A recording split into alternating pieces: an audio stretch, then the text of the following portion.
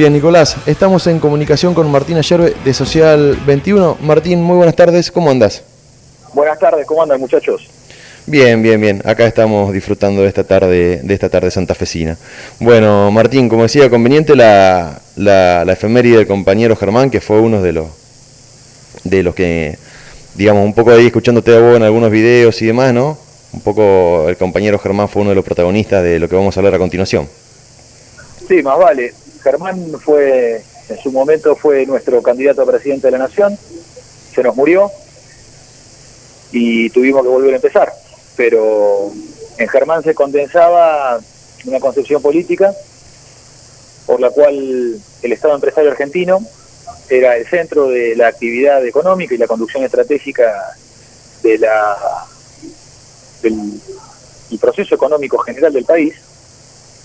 Y si bien Germán, junto con Víctor de Llenaro, no pudieron frenar la privatización y destrucción de yacimientos carboníferos fiscales, sí se pudo recuperar la Asociación Trabajadores del Estado, que en esa época estaba en manos de Juan Horvath, un alcahuete de los milicos que fue a la Organización Internacional del Trabajo en Ginebra a declarar que en la Argentina no había desaparecidos.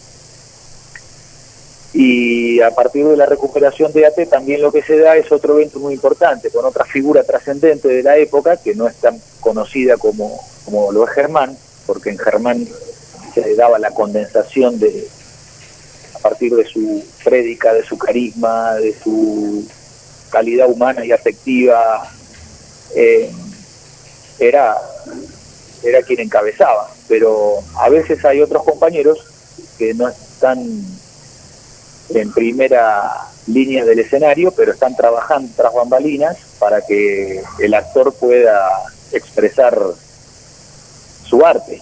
Y eso es Ángel Cadelli. Ángel Cadelli es la conducción estratégica del conflicto contra la privatización del astillero Río Santiago en la década del 90. El astillero Río Santiago es el más grande de América Latina, constituye junto con Panazul, AFNE, astilleros y fábricas navales del Estado, y es la fábrica de armas de guerra más importante del país y de la patria grande del Caribe y la América del Sur. Allí se han fabricado buques bajo las normas military de la OTAN, con el mayor grado de exigencia técnica que se le puede exigir a una industria de alta complejidad como es astillero.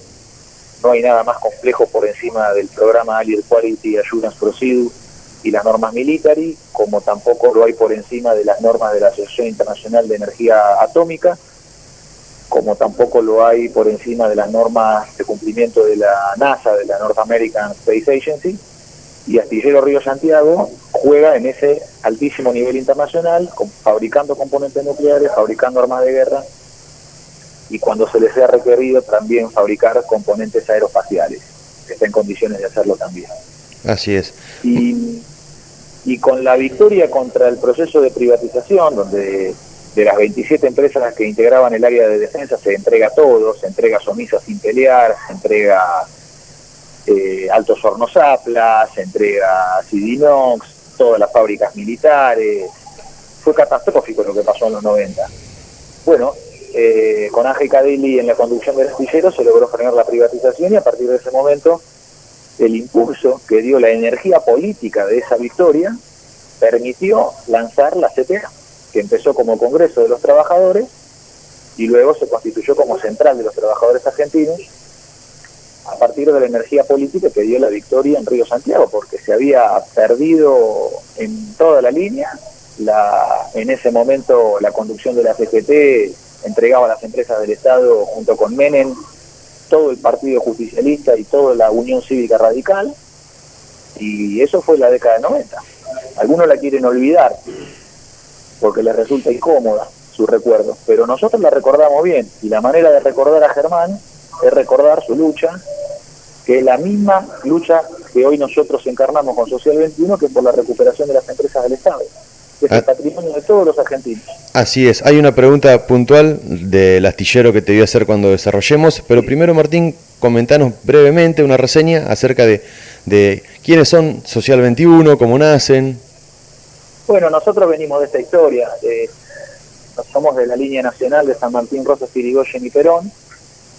que es la verdadera ideología argentina, aquella del Estado empresario, con San Martín creando las fábricas militares en Cuyo, con Rosas nacionalizando la banca y el comercio exterior que estaban en manos de los ingleses, y creando la pequeña y mediana empresa argentina desde el Estado, Irigoyen creando la mayor petrolera, creando la primera petrolera estatal del mundo, no solamente de Argentina o de América Latina, sino del mundo, la primera petrolera estatal del mundo, corriendo por izquierda a Stalin, a Lenin y a Trotsky, de la Unión Soviética, los radicales, bien harían en recordar la obra de Irigoyen para salir de la confusión y el mareo en el cual se encuentran.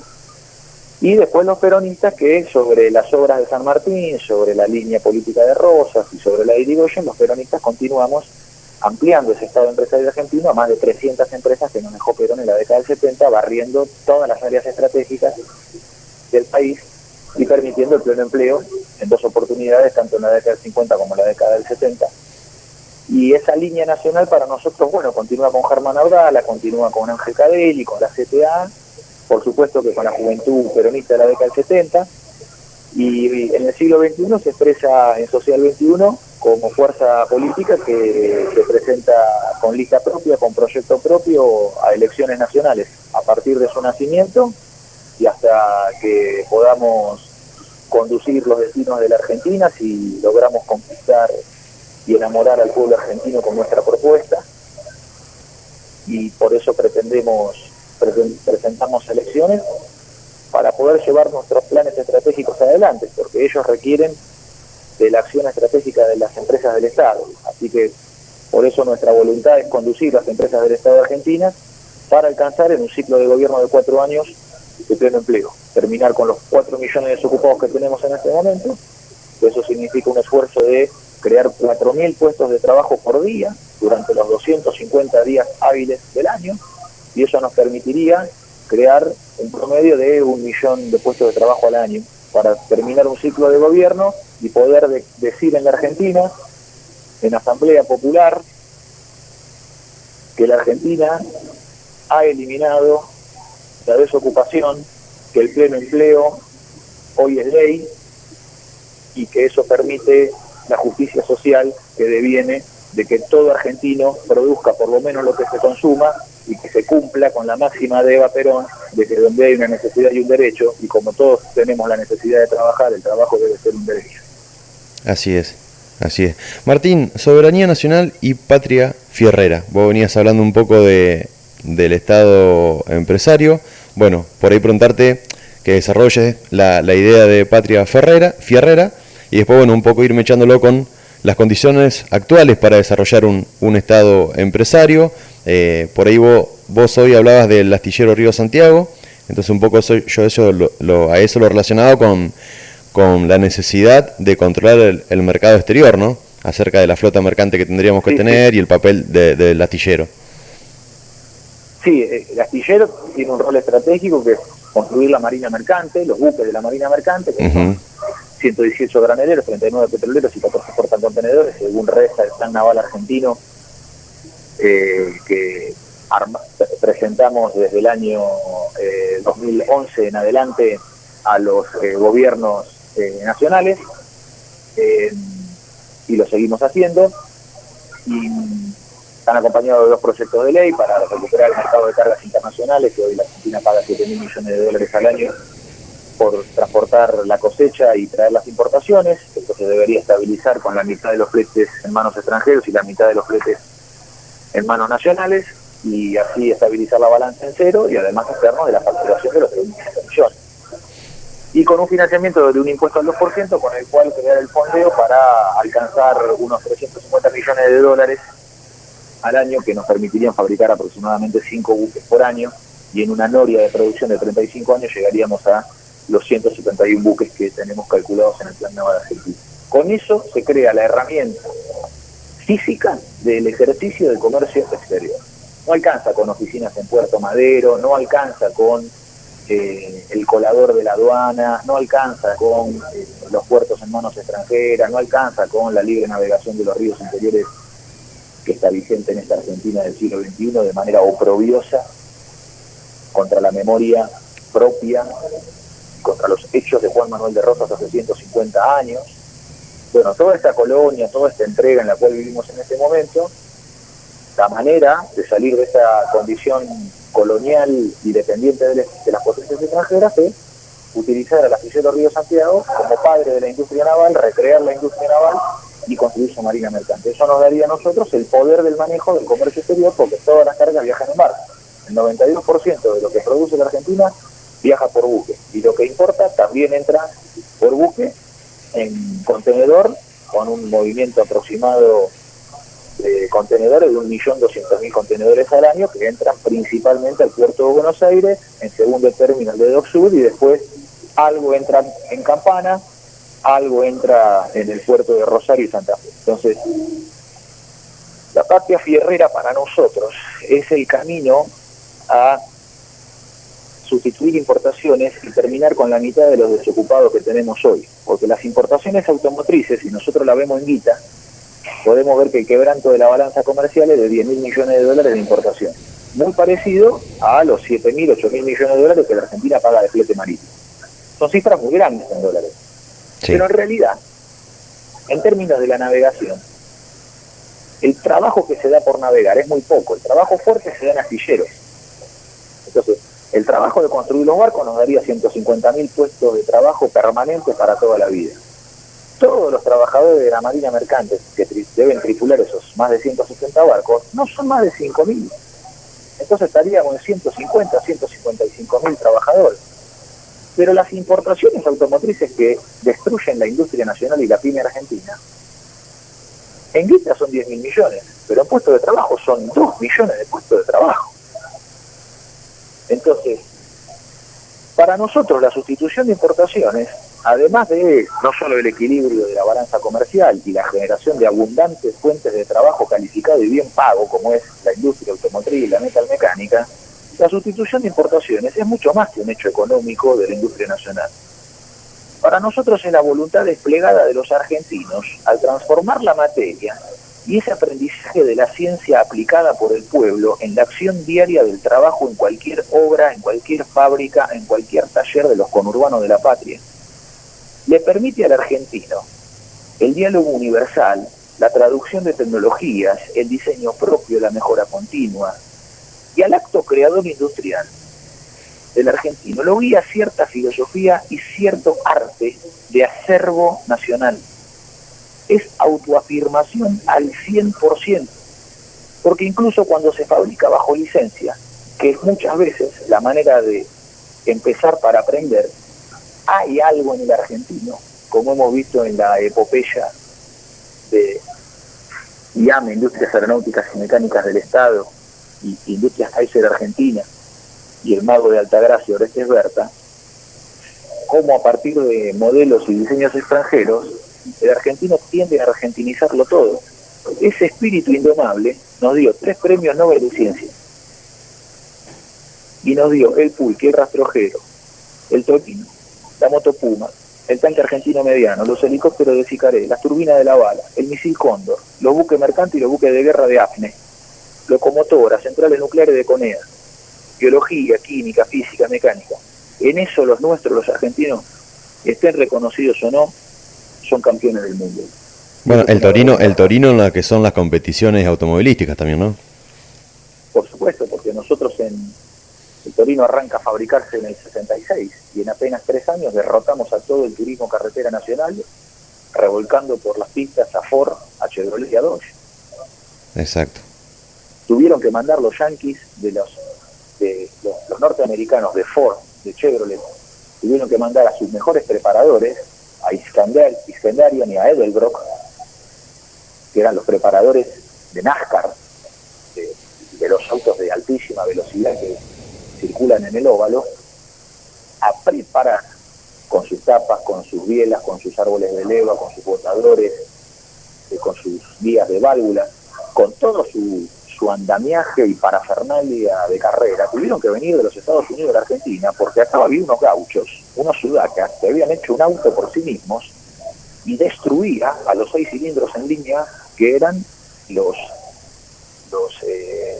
buques insignia, las naves insignias norteamericanas. Así Y a es. partir de ahí, Torino se presenta en el 69, en las 84 horas de Nürburgring, en el infierno verde alemán, y da en menos tiempo más vueltas que todos los otros autos. Y humillamos nuevamente ya no solo a Ford, a Chevrolet, a los norteamericanos, sino que humillamos a Lancia de Francia, Porsche de Alemania, Audi de Alemania, Ferrari y Maserati de Italia, Aston Martin de Inglaterra, Honda y Mitsubishi de Japón. Eso lo hizo la Argentina en apenas 3 años. Un poco cuando vos hablás de la inventiva, esto me parece importante señalarlo, de la inventiva del argentino, un poco me parece que está muy relacionado a lo que es nuestra historia como pueblo, como nación, ¿no? Ese espíritu, incluso ese espíritu misional que ya viene, que lo tenemos heredado de los españoles, ¿no? O sea, un poco ese espíritu misional es lo que le viene a dar lo que nos da un poco este carácter de invención. Me parece ya tenemos ese ADN y eso es bueno señalarlo, y lo señalo aparte, porque bueno, un poco hablando del Social 21, aparte de estas políticas que estamos hablando y que ustedes buscan desarrollar, también ustedes tienen las cátedras bárbaras y algunos talleres de filosofía, ¿no? O sea, un poco que no quede, como te escuché declarar por ahí, que no quede todo solamente apuntado en lo material, sino que también pongamos el foco en lo espiritual, ¿no? Sí, por supuesto, porque el plano material es un plano importante en la vida, y nosotros, el plan de pleno empleo que tenemos construido para poner en marcha la Argentina desde las empresas del Estado, tiene como objetivo sacar al argentino de la humillación material a la cual es sometido por orden de las embajadas extranjeras. Porque en el país de los alimentos no puede haber hambre. Es como que faltara arena para la construcción en el desierto del Sahara, o que faltara hielo en Alaska para los esquimales. Es ridículo. Bueno, el hambre en la Argentina es inducido por las embajadas extranjeras, porque el alimento argentino no está en manos de los argentinos, está en manos de las multinacionales de comercio exterior, Cargill, Continental, Dreyfus, Archer Daniels Midland, Bunge, etc. Entonces necesitamos que en el país de los alimentos no haya hambre. Por eso hay que nacionalizar el comercio exterior. En un país que está todo por hacerse, no puede ser que no haya trabajo. Así en un es. país subpoblado, tampoco puede ser que el argentino no tenga su casita, su vivienda. Que no haya planes de vivienda que cubran esa subpoblación. Bueno, también organizar, digamos, cómo está configurado el país, ¿no? O sea, que es una tarea vasta, pero, digamos, también hay una realidad que tenemos todo el centro muy poblado, ¿no? Y tenemos la Patagonia ahí, ¿no? Que es todo un tema. Bueno, la Patagonia nosotros la vamos a repoblar con el proyecto ELMA 21, con una nueva traza ferroviaria que en otra oportunidad, si querés, podemos desarrollarla. ¿Con el proyecto, perdón? Para ELMA 21, la empresa de líneas multimodales argentinas para el siglo XXI, pero que quizás convenga desarrollarlo más ampliamente otro día. Y para no irme del tema espiritual, esta humillación del argentino que no tiene trabajo, que no tiene vivienda y que no tiene alimento, no es producto de que falta producción en el país, o faltan materiales para la construcción, o no hay nada para hacer. No, es inducido, es para matar la libertad de la Argentina. Entonces, gente con muy poca imaginación cree que todo esto que nosotros planteamos es terriblemente difícil y que es una utopía. Bueno, lo que nosotros creemos que es una utopía es lo que los políticos profesionales manifiestan, de que de mano de la inversión extranjera directa la Argentina se va a desarrollar. Eso sí es una verdadera utopía. Creer que de la mano de los Estados Unidos de Norteamérica la Argentina se va a desarrollar, eso es otra utopía. Sí, es una mentira, es una mentira más que una utopía, aparte. Bueno, pero es una utopía, ¿no? Es una utopía de derecha, pero utopía al fin, porque creer que el Pentágono norteamericano y su Departamento de Estado nos van a ayudar a liberarnos es ser o muy forro o muy traidor, cuando son los autores materiales e intelectuales de la desaparición de 30.000 argentinos en la dictadura militar. Así es. Y en el caso de las multinacionales del comercio exterior, creer que la presencia de Cargill, de Monsanto y de Continental no va a alimentar a los argentinos, bueno, también es otra utopía de derecha, compartida por todo el arco político, tanto liberal como keynesiano. Ahora, hay personas a quienes las dificultades iniciales se le tornan graves en exceso.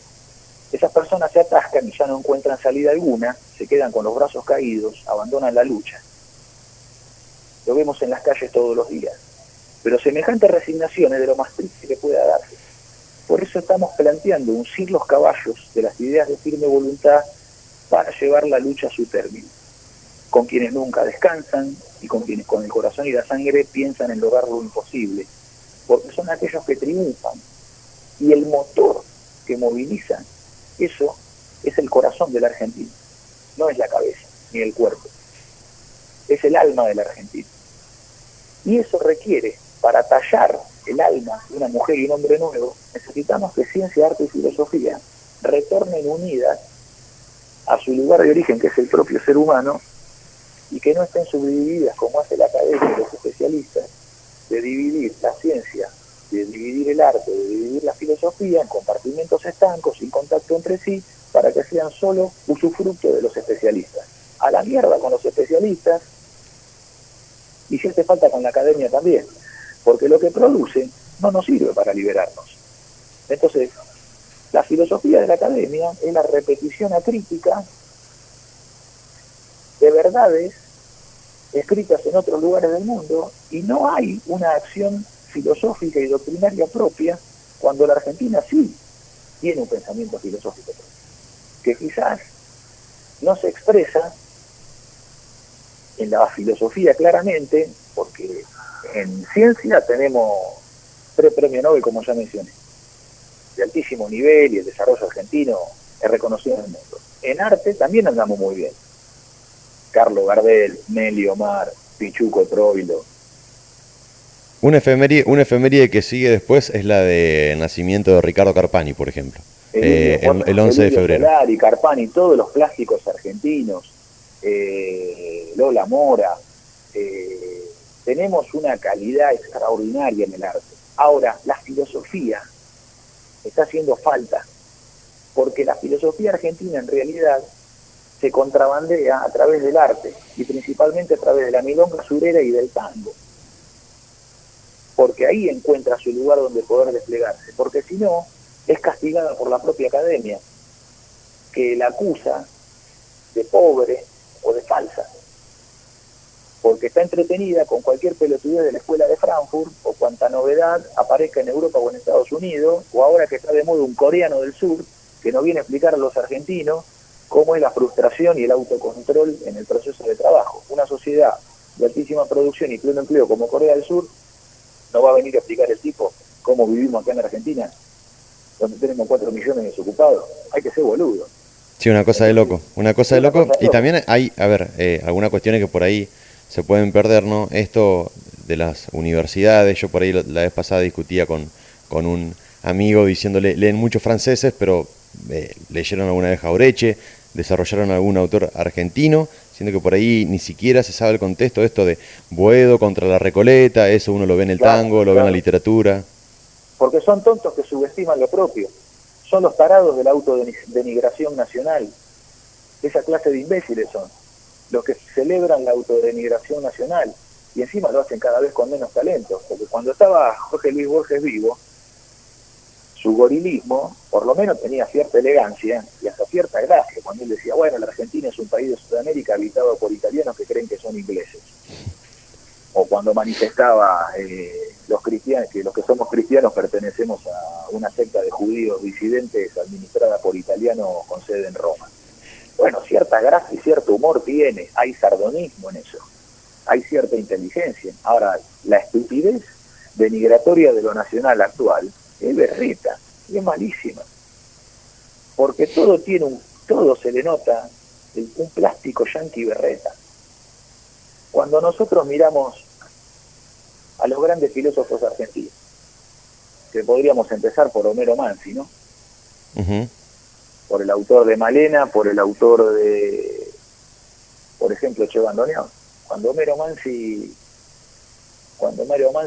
explica la separación del ser de la conciencia, lo hace de manera brillante, y lo hace antes de que lo haga Jean-Paul Sartre, el filósofo francés, que le llevó 500 páginas, explicaré.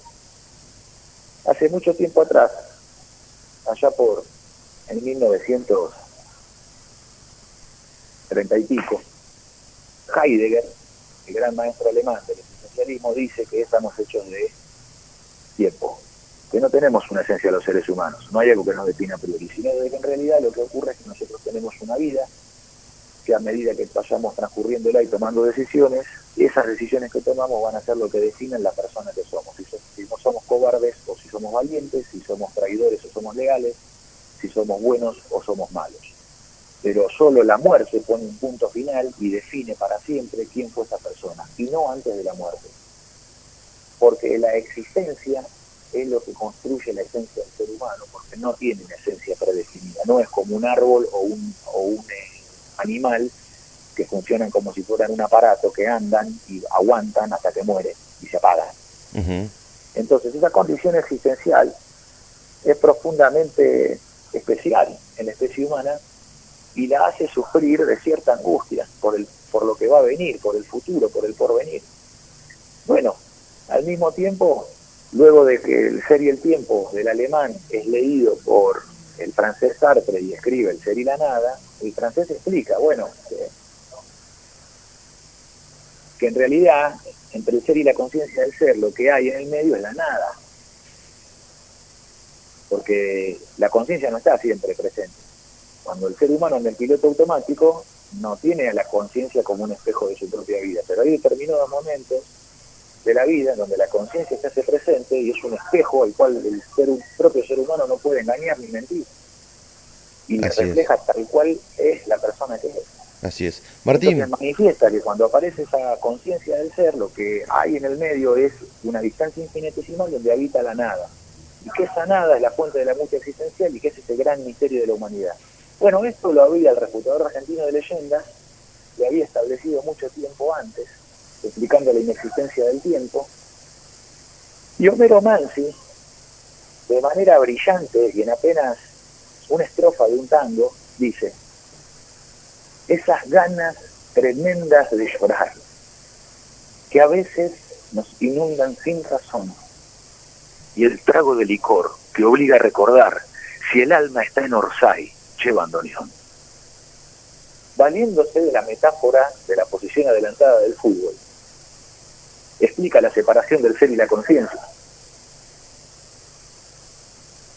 Así es. Y además de brillante, tiene una belleza que es difícil de encontrar, tanto en Heidegger como en Sartre. Y esa forma de filosofar de los argentinos, que uno no termina de saber en dónde termina la frontera de la filosofía y dónde comienza la frontera del arte, a los pobres nos importa un carajo. Porque en el aquel de nuestra propia vida tenemos la necesidad de agarrar todo lo que tenemos y usar todo lo que tenemos, porque no tenemos muchas cosas. Entonces nos tenemos que valer de estos elementos que son sagrados para la vida humana. Y si son arte o son filosofía, nos importa un carajo su diferencia, porque nos enseñan a vivir, nos ayudan a pensar y nos hacen mejores personas. Terminamos teniendo un rico bloque de filosofía, sobre todo. Martín, quiero que tengamos una segunda parte porque ya se nos termina el bloque y vamos a desarrollar lo que es el ELMA 21 y algunas preguntitas respecto a los equipos técnicos de ustedes, un poco siguiendo con esto de la patria fierrera, ¿te parece? Me parece muy bien. Dale, Martín, muchísimas gracias y te mando un abrazo grande. Un fuerte abrazo para todos, muchas gracias. Chao, chao.